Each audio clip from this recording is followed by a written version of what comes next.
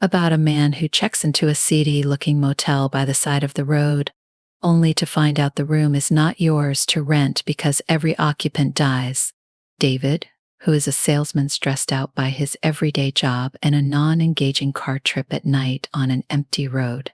A storm comes and that fades away all visibility. He spots a flickering neon sign, Sunrise Motel vacancy.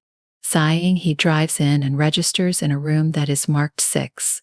The motel clerk, an older man with sunken eyes, hands him the key with the warning, keep the door locked.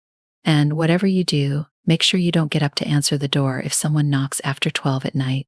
David tries it off as a creepy joke, but when he enters the room with a little light coming through the blinds, the air seems colder than it should have been.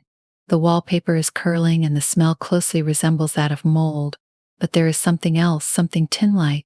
At night when David is trying to sleep, there is knocking on the other side of the wall separating him from the bed.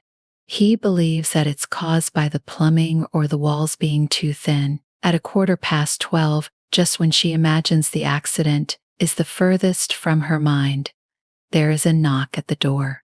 He stands still for a moment, and then the words of the clerk that he saw earlier come to his mind.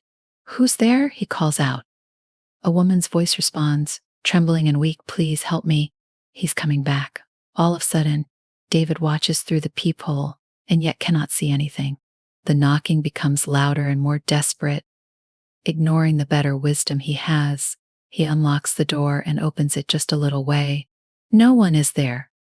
He wakes up and for some reason his room looks different the moment he turns around.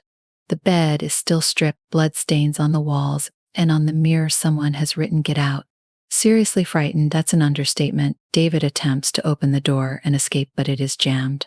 They hear the knocking once more, but this time they hear the knocking coming from within the closet.